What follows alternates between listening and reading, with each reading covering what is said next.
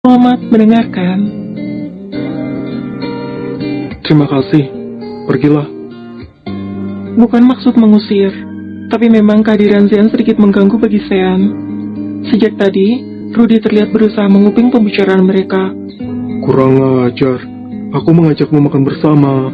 Itu ada 4. Sekalian untuk mereka juga. Kita makan di tempat lain saja.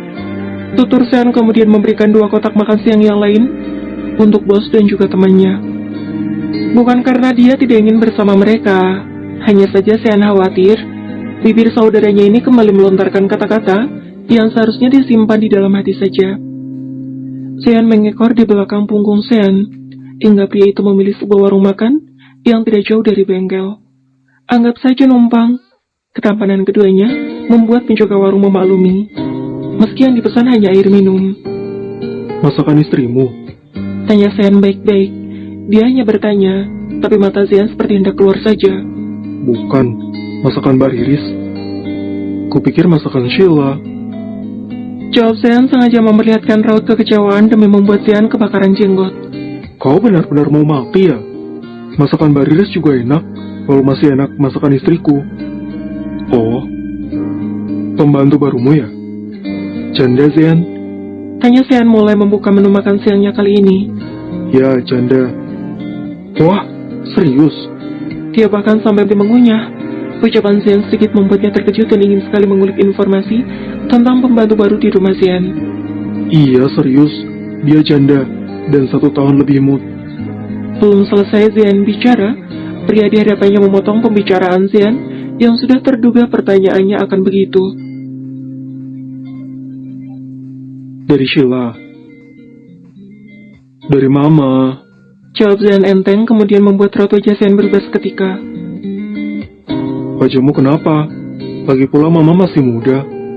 Nah, muda dari mana? Michaela saja sudah 32 tahun. Berarti Mama berapa ya? Papa menikahi anak di bawah umur kan? Tidak, Sean. Kau jangan asal tuduh. Mama menikah sewaktu magang di kantor Papa. Anak kuliahan. Wajar-wajar saja. Jelas Sean, yang kemudian mendadak jadi pembahasan serius. Astaga, aku lupa. Lupakan. Kenapa kita jadi bahas begini? Kau yang lebih dulu membahasnya. Tapi tunggu, kau bertanya seperti itu untuk apa? Apa mungkin seorang Sean sudah kehilangan pesonanya sampai berusaha mengejar janda muda? Sean menatapnya penuh curiga. Sejak Sean kembali, dia memang tidak melihat tanda-tanda saudaranya ini membawa wanita ataupun memiliki hubungan dengan wanita seperti dahulu. Baru dicari istri. Dia memang cari yang sudah pernah menikah. Dewasa tidak apa-apa, tapi bukan berarti hampir sama seperti Mama. Jelas Sean kemudian, hampir saja Sean berprasangka buruk padanya. Kukira kau, Sean. Sean hanya tersenyum getir dan mengalihkan pandangannya kembali ke makanan. Jika memang dia ingin, sama sekali Sean tidak akan meminta uluran tangan orang lain perkara wanita. Oh ya, kalian baik-baik saja kan? Tanya Sean kemudian. Sean sejenak bingung, lantaran pria itu mengalihkan pembicaraan seketika. Baik. Kenapa pertanyaanmu begitu? Beberapa hari lalu aku melihat seseorang yang mirip dengan Jack. Tapi, aku tidak begitu yakin jika itu dia. Jack? Sean mengangguk pelan. Dia merasa matanya tidak salah. Akan tetapi meski penampilannya diubah, wajah Jack masih bisa Sean ingat. Memang, dia hanya beberapa kali bertemu pria itu. Itu pun di saat menggunakan wig merah menyala dan juga softland persis kucing Persia. Tapi setidaknya pria yang datang kemarin tidak begitu berbeda dengan yang di video Natalia. Di mana? Tanya Sean kemudian menatap Sean begitu serius. Informasi ini teramat penting untuknya. Bengkel. Oh, tapi sepertinya dia tidak mengenaliku. Pembicaraan mereka mendadak serius. Jika memang Jack kembali, maka kemungkinan besar pria itu benar-benar bersama Natalia. Akan tetapi, jika dia punya tujuan lain, maka jelas ini akan menjadi bahaya. Dia masih gemulai? Tidak, dia normal. Rambut pendek, pakai motor sport, dan intinya berbeda, Sean. Mau apa dia kembali? Gumam Sean bingung kali ini. Sudah biarkan saja. Banci itu tetap berhak hidup. Benar. Bagaimanapun Jack, dia berhak hidup. Akan tetapi, Dia yang kembali setelah diberitakan kabur menghindari skandal yang menyeretnya bersama Natalia. Sean merasa ada sesuatu yang ganjil. Tapi aneh saja, Sean. Mungkin saja dia kembali bersama Natalia. Lagi pula bukankah wanita itu sendirian sekarang? Mereka menikah atas nama cinta. Pasti akan kembali ketika waktunya sudah tepat, Zean. Semoga.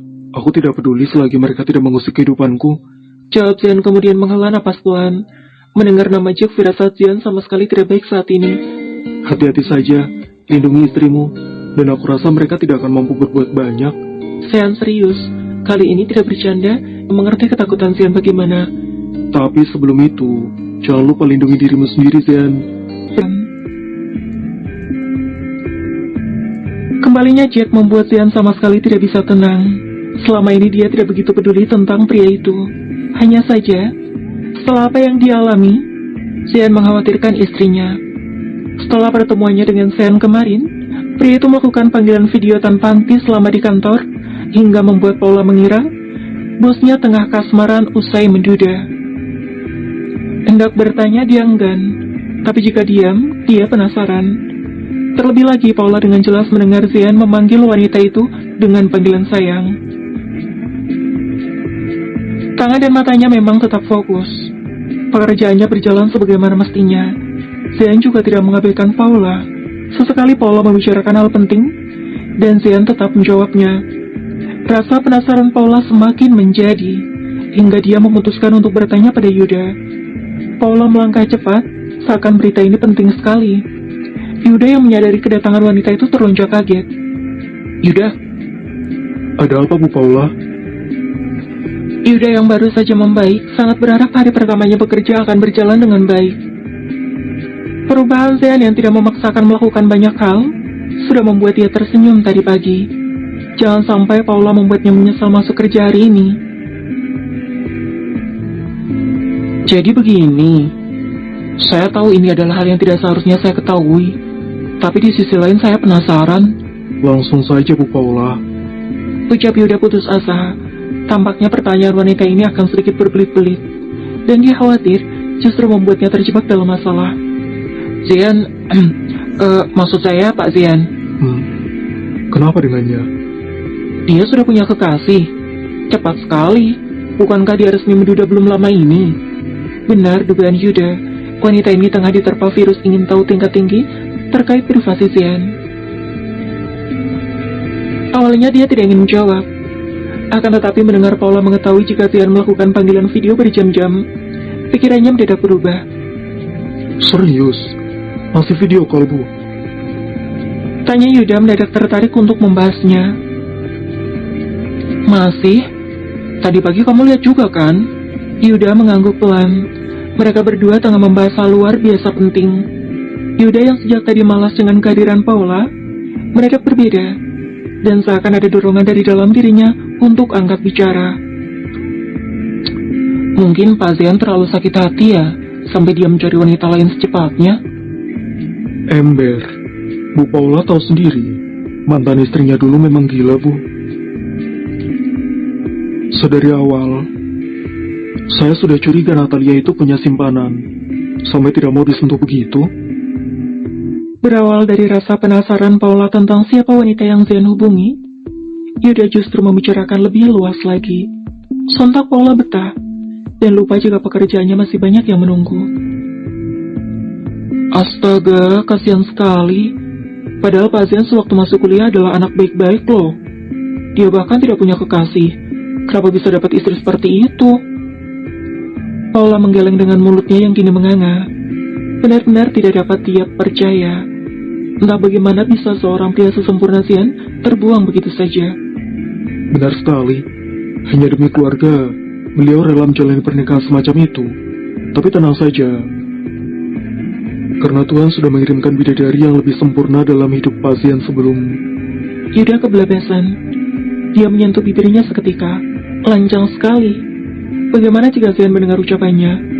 Pria itu menutup rapat-rapat mulutnya hingga membuat Paula semakin penasaran tentu saja. Sebelum apa Yuda? Kalau cerita ya lengkap, jangan setengah-setengah. Hampir saja rasa penasaran Paula terselesaikan. Akan tetapi mulut Yuda yang mendadak bungkam membuatnya kesal tentu saja, hingga dia mendesak Yuda karena ubun-ubunnya mulai panas. Yuda, apa? Sebelum apa? Sebelum saya resmi bercerai. Suara tegas yang terdengar dari belakang sejenak membuat Paula bergetar. Bukan Yuda yang bicara, melainkan Xian sendiri. Wanita itu sontak menoleh dan menunduk seketika. Sungguh, dia tidak sadar sudah selanjang itu. Apa yang ingin Anda ketahui sebenarnya? Jika memang penasaran, tanyakan saja pada saya. Tidak perlu melalui Yuda agar tidak simpang siur. Maaf Pak, saya lancang. Jika ditanya apa penyesalan paling besar dalam hidup Paula selain menolak lamaran pengusaha di masa muda, maka jawabannya adalah nekat masuk ke ruangan Yuda hanya demi mempertanyakan masalah hidup Xian. Yuda, aku pikir sudah sembuh. Ternyata tabiatmu masih sama. Seperti janjinya di awal pada Yuda, selain gaji yang berlipat ganda, dia juga tidak akan marah-marah.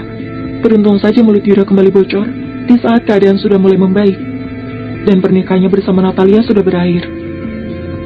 Jangan melakukan sesuatu yang bukan kapasitas Anda. Pergilah. Beruntung nasib Paula masih sangat baik, karena tidak ada adegan dipecat secara sepihak. Wanita itu tidak ingin kembali terjerat masalah, hingga dia berlalu pergi usai memohon maaf pada Xian sekali lagi.